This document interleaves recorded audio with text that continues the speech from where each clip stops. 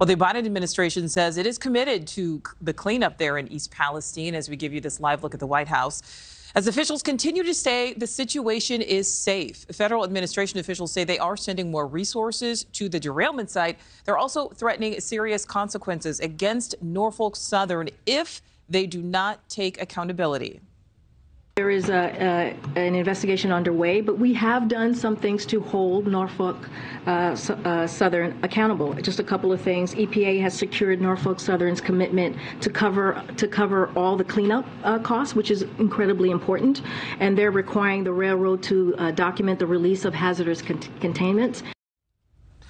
Chief Washington correspondent Blake Berman joins us live. Blake, do we know how the administration will hold the company accountable?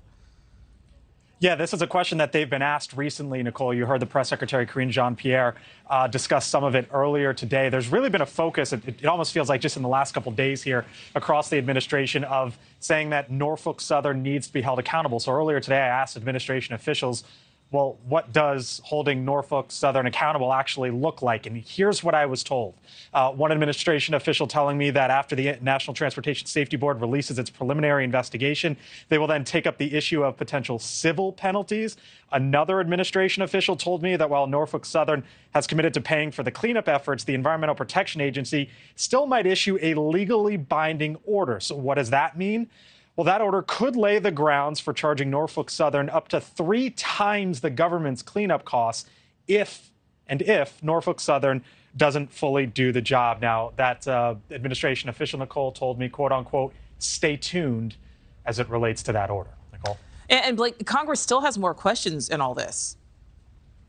Yeah, they do. And one of them, or at least one member of Congress with a lot of questions today, is the congressman from that area, Congressman Bill Johnson, who represents East Palestine. He sent a letter over to the head of the Environmental Protection Agency, along with the head of the House Commerce Committee, and they had 11 questions for the head of the EPA about not only just questions in the past, but about things moving forward. Here are some of them. Among their questions, they want more detail involving the timing of chemical releases and more information about the recent controlled burn. They also want to make sure that residents are fully understanding the potential risks, and they want information from the EPA about potential legal actions. Now, one thing to note is that at this point in time, the state of Ohio is not eligible for FEMA assistance.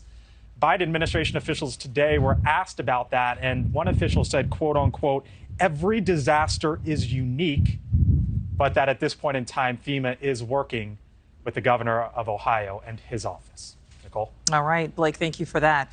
Thank you for watching. Go to newsnationnow.com to find NewsNation on your television provider. And don't forget to click the red subscribe button below to get more of NewsNation's fact-driven, unbiased coverage.